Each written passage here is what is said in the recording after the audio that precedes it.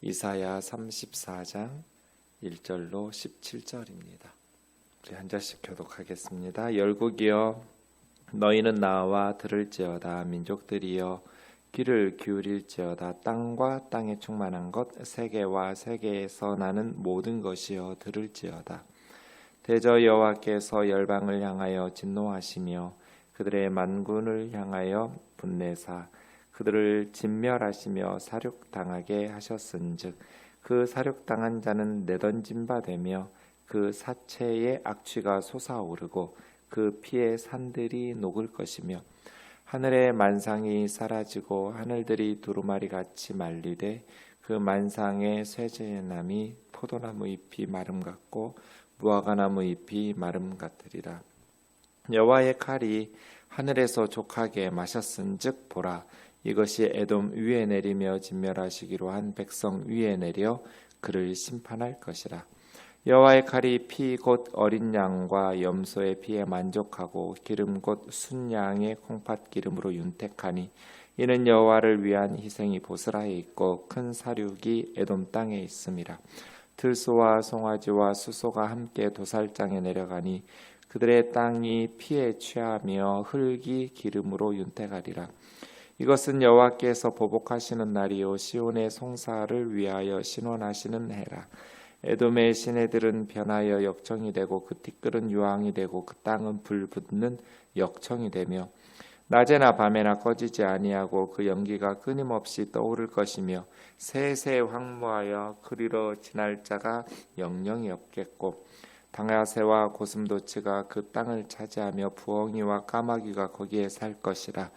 여호와께서 그 위에 혼란의 줄과 공허의 추를 들이우실 것인즉 그들이 국가를 이으리하여 귀인들을 부르되 아무도 없겠고 그 모든 방백도 없게 될 것이요 그 궁궐에는 가시나무가 나며 그 견고한 성에는 엉겅퀴와 새품이 자라서 승냥이의 굴과 타주의 처소가 될 것이니 들짐승이 이리와 만나며 순념소가 그 동류를 부르며 올빼미가 거기에 살면서 쉬는 처소로 삼으며 부엉이가 거기에 깃들이고 알을 낳아 까서 그 그늘에 모으며 솔개들도 각각 제 짝과 함께 거기에 모이리라. 너희는 여호와의 책에서 찾아 읽어보라. 이것들 가운데 빠진 것이 하나도 없고 제 짝이 없는 것이 없으리니 이는 여호와의 입이 이를 명령하셨고 그 영이 그것들을 모으셨음이라. 같이요. 여호와께서 이것들을 위하여 제비를 뽑으시며 그의 손으로 줄을 띄어 그 땅을 그것에게 나누어 주셨으니 그들이 영원히 차지하며 대대로 거기에 살리라. 아멘. 열국을 부르고 있습니다. 1절에 보시면 열국이여 민족들이여 땅과 땅에 충만한 것 세계와 세계에 나는 모든 것들이여 이렇게 3번 부르시면서 들을지어다 귀를 기울일지어다 들을지어다. 근데 사실은 5절 이하의 말씀에 보시면 5절에 있는 것처럼 하나님께서 에돔이라는 나라를 심판하시거든요. 에돔에 대한 심판의 메시지를 에돔만 듣는 것이 아니라 열국이 들어야 한다는 것이죠. 그래서 들어야 할 열방의 모든 나라들을 소환하시면서 귀 기울여 들으라고 이야기하고 있습니다. 왜냐하면 2절의 대저는 왜냐하면이에요. 왜냐하면 하나님께서 열방을 향해서 진노하시며 그들의 만군을 향하여 분을 내셔서 그들을 진멸하시며 사륙당하게 하셨다. 보통 열방하면 이제 이스라엘을 포함한 세계 만민을 열방이라고 말하는데요. 이 34장에서는 이스라엘을 고통스럽게 했던 에돔과 사실은 에돔 하면 아수르의 편에 서서 시온 이스라엘을 괴롭힌 나라거든요. 그러니까 아수르가 주 군대죠. 만군 할 때 사실은 아수르가 2절의 만군의 주력 부대이고요. 에돔은 아수르에 합세해서 아수르 조폭의 똘마니처럼 아수르의 똘마니 노릇하면서 이스라엘을 침략하고 그러니까 강대국과 합세해서 약소 국가들을 약탈한 죄죠. 에돔의 죄는. 그래서 2절에 열방하면 이스라엘을 괴롭힌 아수르와 에돔과 이방 나라들 이렇게 되겠습니다. 그 사륙당한 자는 내던진 바 되며 그 사체의 악취가 솟아오르고 정당하게 이렇게 장례식을 치렀다면 시체의 악취가 솟아오를 정도는 아닐 텐데 적절한 장례식도 치르지 못하게 되니까 악취가 진동하겠죠. 그 피에 산들이 녹을 것이며 피가 얼마나 많이 쏟아져 내렸으면 산들이 다 깎여가지고 녹아내릴 만큼 많은 피가 흘린 것 되겠죠. 하늘에 만상하면 이제 해, 달, 별들이거든요.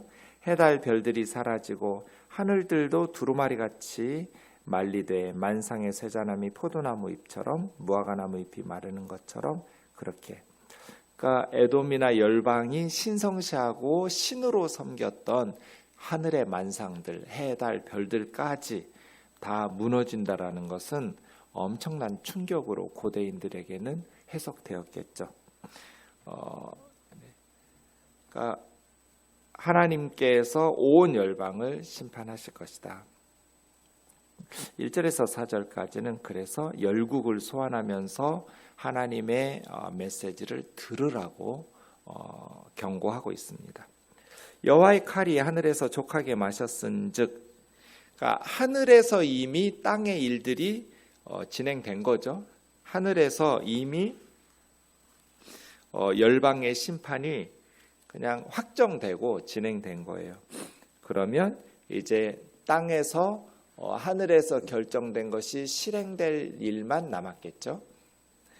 여호와의 칼이 하늘에서 족하게 마셨은즉 이것이 에돔 위에 내리며 진멸하시기로 한 백성 위에 내려서 심판하실 것이다. 말씀드린 것처럼 에돔이라는 나라는 이스라엘과 형제 국가죠. 롯의 아브라함의 조카 롯의 그 자손들이니까요. 그러니까 롯의 두 딸이 모압과 에돔의 조상이 되거든요. 모압과 베남미를 낳아서 에돔이 되니까요. 그러니까 어찌 보면 어느 나라보다 이스라엘과 가까운 나라가 에돔, 모압 이런 나라들인데 수차례 이스라엘을 약탈한 에돔은 에서의 후예네요. 예, 베남미는 암몬의 후손이고요. 죄송합니다. 그러니까 쌍둥이 야곱의 후예인 이스라엘과 쌍둥이 형 에서의 후예인 에돔이니까요. 더 가깝네요. 암몬보다도. 예. 그런 어찌 보면 쌍둥이 형제 국가인 이스라엘에 대해서 에돔이라는 나라가 너무나 악하게 굴었거든요. 오바댜서가 이제 에돔에 대한 심판의 선지서가 오바댜인데요. 오바댜서에 보면 너희 마음의 교만이 너를 속였도다. 형제인 유다 멸망의 날을 기뻐했다고. 도망하는 아수르에 의해서 또 바벨론에 의해서 도망가는 유다 사람들을 붙잡아서 원수에게 넘기는 이게 에돔이 한 짓이거든요. 그것에 대해서 이제 가슴 아파서 쓴 시가 시편 137편인데요. 시편 137편 7절에 보면 여호와여 예루살렘이 멸망하던 날을 기억하시고 에돔 자손을 치소서. 그들의 말이 헐어버리라 헐어버리라 그 기초까지 헐어버리라 하였나이다. 그러니까 바벨론이든 아수르든 이때 이제 이사야 시대는 아수르의 공격이고요. 이제 한참 후대에 오바댜서와 또 시편 137편에 보면 바벨론에 의해서 예루살렘이 멸망하던 날 에돔은 기뻐하면서 어찌 보면 열방의 강대국에 의해서 형제 국가인 유다가 멸망하는 것을 에돔이라는 나라만큼은 슬퍼하면서 저러면 안 되는데 이렇게 좀 안타까운 마음을 가지고 위로하면서 좀 용기를 내어서 도울 일이 있으면 유다에 도망가는 사람들을 숨겨준다거나 적극적으로 나서서 바벨론이나 아수르와 같은 강대국과 맞서 싸워주지는 못할 망정 좀 그런 긍휼과 자비가 있어야 될 텐데 에돔이라는 나라는 그렇지 않은 거죠. 오히려 도망가는 유다 사람들, 예루살렘 사람들 잡아다가 원수국에 넘겨주고 그렇게 같이 합세해서 예루살렘을 약탈하고 부녀자들을 또 어린아이들을 잡아다가 노예로 부려먹고 또 뭐 아주 악한 짓을 한 것이죠. 때리는 시어머니보다 말리는 그 시누이가 더 밉다는 식으로 어찌 보면 유다 사람들에게 있어서 에돔이라는 나라는 정말 얄미운 시누이처럼 강대국이 유린할 때 합세해서 약탈했던, 그래서 이제 하나님께서 에돔 위에 심판을 내리시는 거거든요. 6절이요. 여호와의 칼이 피 곧 어린 양과 염소의 피에 만족하고 순양의 콩팥 기름에 윤택하니 이는 여호와를 위한 희생이 보스라에 있고 큰 사륙. 보스라는 이제 사해 남쪽 한 45km 정도 내려가면 있는 에돔의 수도가 보스라예요. 네. 에돔 땅에 있으리라. 들소와 송아지 숫소가, 사실은 어린 양, 염소, 순양, 들소, 송아지, 숫소는 짐승들을 위한 사륙이 에돔 땅에 있을 것이라기보다는 그렇게 에돔의 여러 계층의 사람들 얘기겠죠.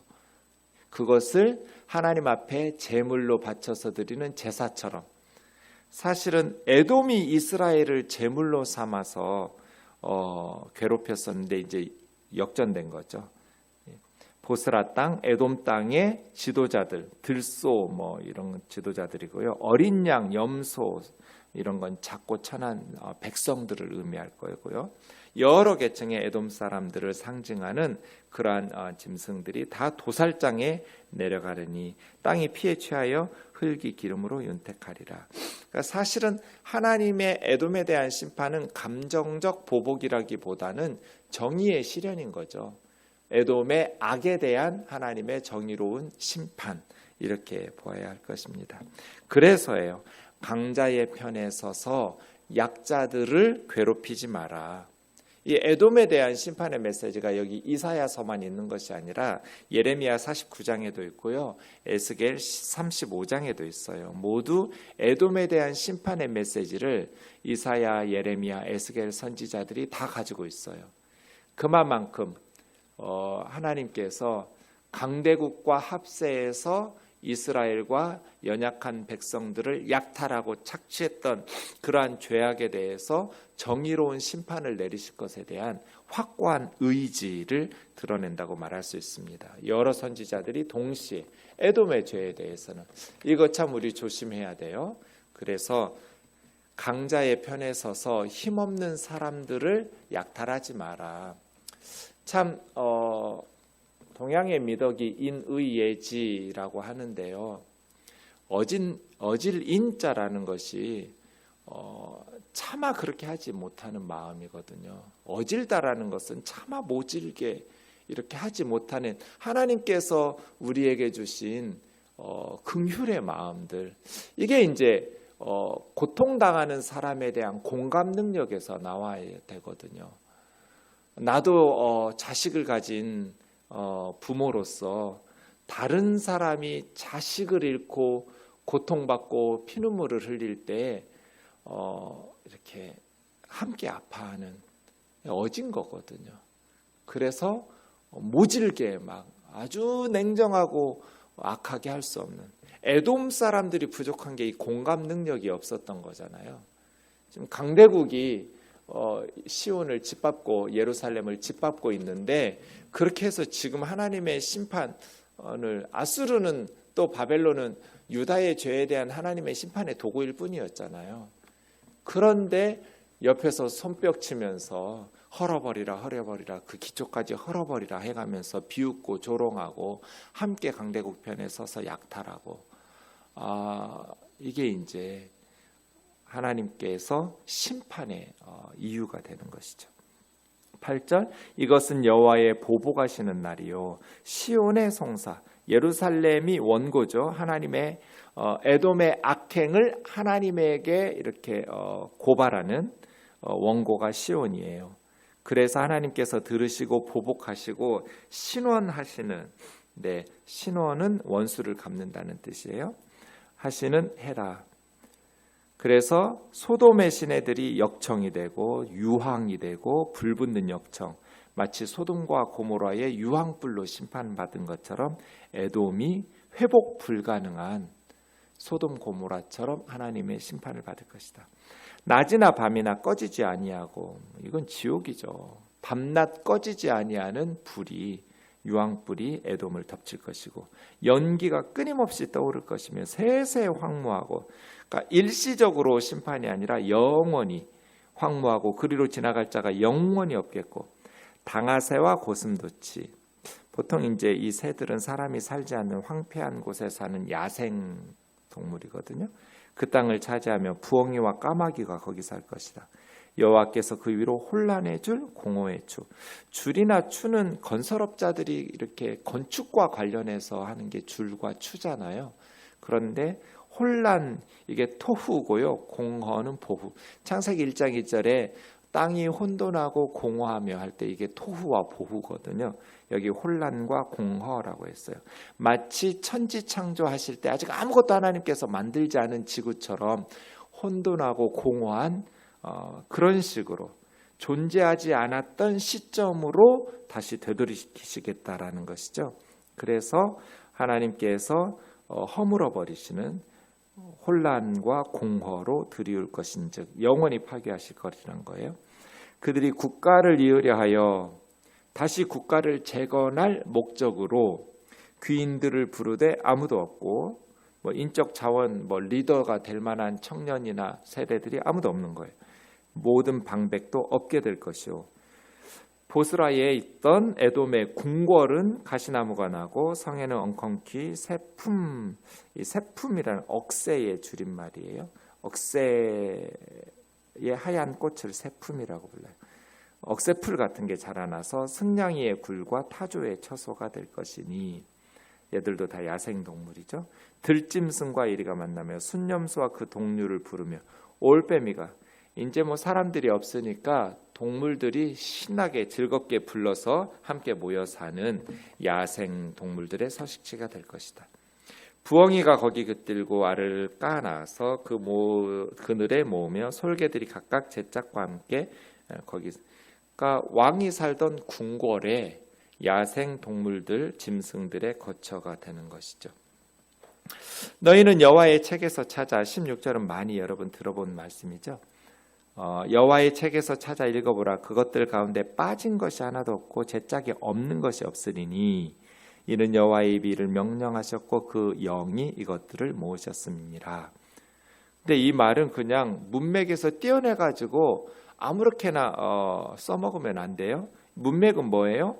에돔에 대한 심판의 메시지 문맥이에요. 그죠? 지금까지 계속 에돔에 대한 심판, 그리고 보스라의 궁궐이 야생동물의 서식지가 될 것이다. 이 내용이었잖아요. 그러니까 여호와의 책에서, 그러니까 에돔을 포함한 열방의 심판에 대한 하나님의 이름으로 선포된 말씀이겠죠. 여호와의 책은 하나님께서 선지자들을 통해서 선포하셨던 에돔에 대한 심판의 메시지, 또 넓게 보면 에돔을 포함한 열방에 대한 심판의 메시지겠죠. 이것들 가운데 빠진 것이 하나도 없고, 이것들이 뭘까요? 여호와의 책 가운데 빠진 것이 없고 제 짝이 없는 것이 없다고 보는데요. 아니에요. 앞에서 언급한 새와 짐승들이에요. 하나님께서 말씀하신 그대로 위에서 언급한 새들이나 짐승들 중에 빠진 것이 하나, 예컨대 노아 방주에서 하나님께서 암수 한 쌍씩, 정결한 짐승은 7쌍씩, 부정한 짐승은 2개에 한 마리, 한 쌍씩, 이렇게 2마리씩 들어오게, 14마리, 2마리, 이런 식으로 7쌍씩 한 쌍씩 들어오게 할 때 방주 속에 짐승과 새들이 모든 짝이 다 들어있는 것처럼 이 앞에서 이야기했던 새들, 당아새, 고슴도치, 염소, 이런 짐승들과 새들의 짝이 다 맞추어서 빠진 게 하나도 없겠다는 얘기예요. 막 쪽지게처럼 막 말씀을 가지고 억지로 이 말씀 가지고 해석해서 성경을 이렇게 이단들이 써먹으면 안 돼요. 제 짝이 없는 것이 없으리니 새들과 짐승들과 에돔의 땅이 짝이 딱딱 맞을 거라는 거예요. 이 새들은 여기, 이 짐승들은 여기. 이렇게 해서 새나 짐승들과 에돔의 보스라의 궁궐이나 땅들이 다 제 짝이 맞을 것이다. 여호와의 입이 명령하셨고 여호와의 영이 이것들을 모으셨어요. 이것들은 뭐예요?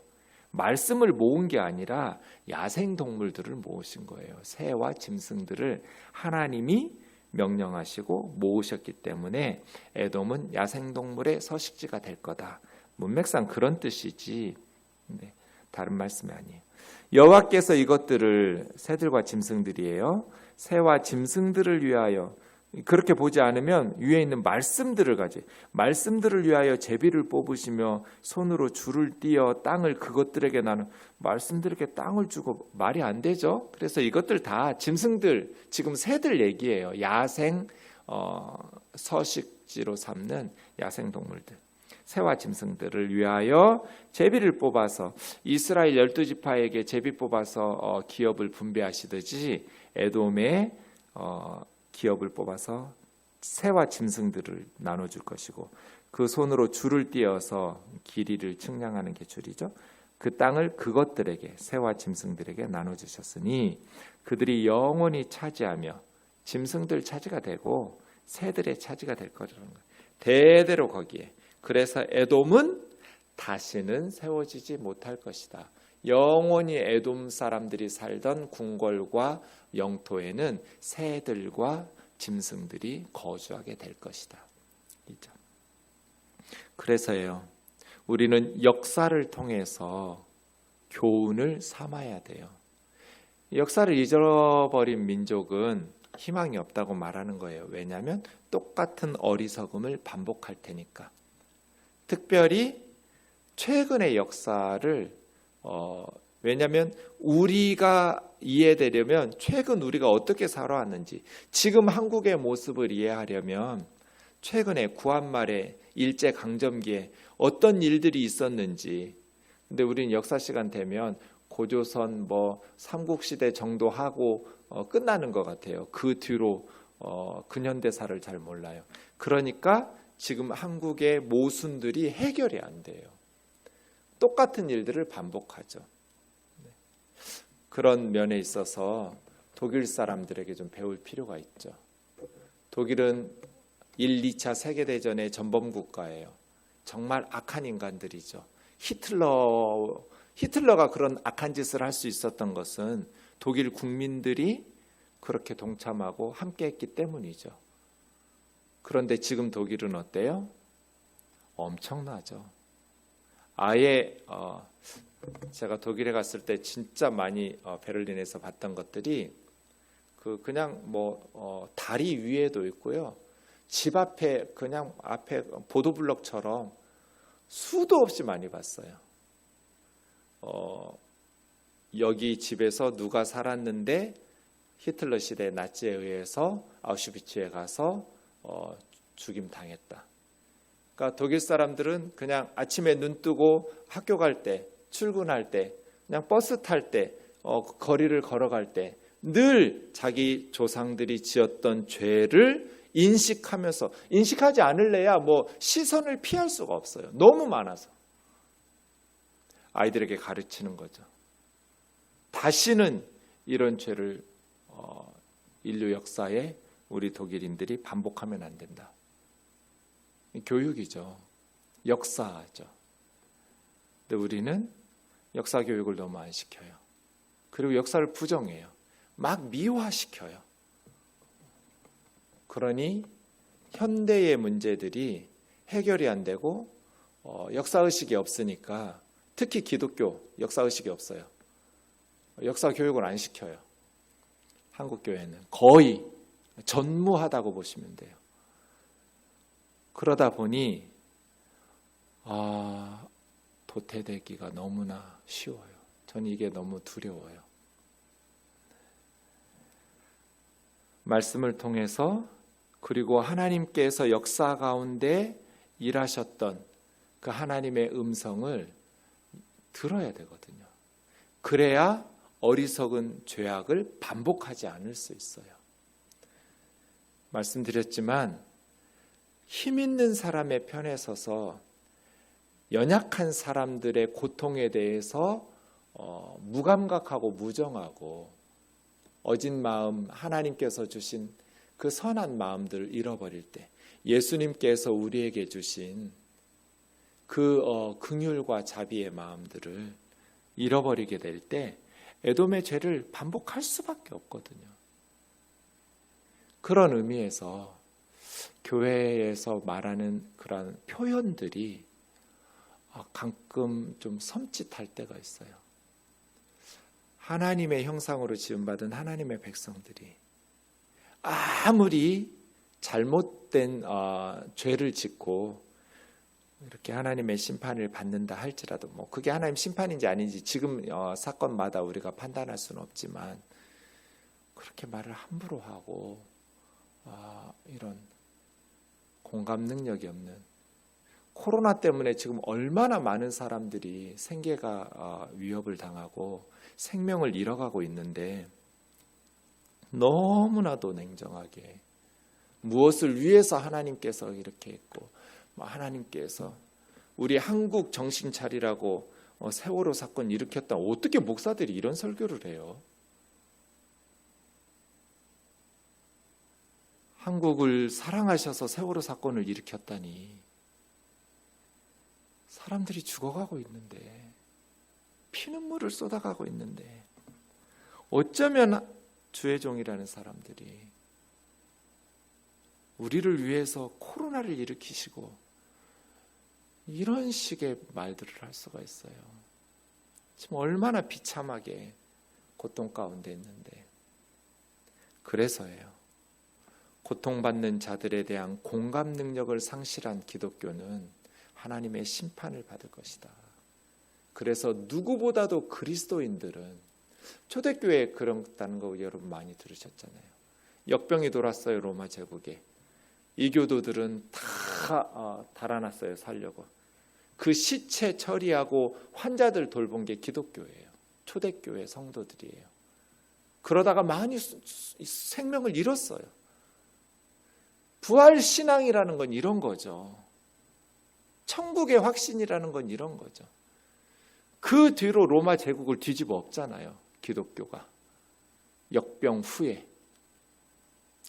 그런 희생과 헌신과 공공성과 이 사회의 유익한 공동체로 거듭나는 것이 우리 그리스도인들의 모습 아닐까 싶습니다. 여러분, 고통받는 자들에 대한 공감 능력을 잃어버리고 긍휼과 불쌍히 여기는, 함께 그 고난에 동참하는 마음이 무슨 전도를 하고 무슨 영혼 구원을 이야기하고 무슨 하나님의 나라를 이야기할 수 있어요? 다 말장난이에요. 우리가 끝까지 잃어버려서는 안 되는 것은 긍휼의 마음이죠. 하나님의 심판을 받아서 모압을 위해서 하나님이 대성통곡하고 모압을 심판하시면서 하나님께서 눈물로 적시신다는 설교를 들었잖아요. 마땅히 멸망할 악인들의 심판에도 하나님은 통곡하시면서 가슴 아파하시면서 회초리를 들어 치시면서도 울면서 때리시는데, 하나님의 백성들이 냉정하게, 이게 에돔의 죄예요. 에돔의 죄. 기도하겠습니다. 하나님 아버지, 우리는 어려서부터 친구들이 아니라 경쟁자로 교실에서 만들기 때문에 타인의 고통이 어찌 보면 나의 반사이익이 되기도 하고 은근히 바라는 그런 악한, 도저히 교육이라고 말할 수 없는 환경을 만들어 놓고 지냅니다. 그 경쟁에서 뒤처진 우리 아이들은 세계에서 가장 우울하게 행복하지 못한 어린 시절을 보냅니다. 비교할 수 없을 만큼 많은 아이들이, 또 청소년들이 스스로 목숨을 끊고 있습니다. 오 주여, 우리는 지금 어떤 나라에 살고 있습니까? 타인의 고통에 대해서, 아이들의 한숨에 대해서 공감할 줄 모르는 이런 역사는 언제까지 계속 반복되어야 합니까? 자비로우신 주님, 우리의 죄악을 불쌍히 여겨주시고 에돔과 같이 타인의 고통, 유다와 예루살렘의 멸망을 기뻐하지 않도록 그것을 박수 치면서 함께 약탈하는, 그래서 하나님께서 영원히 소돔과 고모라처럼 심판하시겠다라는 이러한 말씀을 듣지 않도록 주여 우리의 마음을 주님의 마음으로 새롭게 변화시켜 주옵소서. 긍휼의 마음을 잃지 않는 따뜻한 마음으로 살아가는 주의 자녀들 되게 하여 주옵소서. 예수님의 거룩하신 이름으로 기도하옵나이다. 아멘.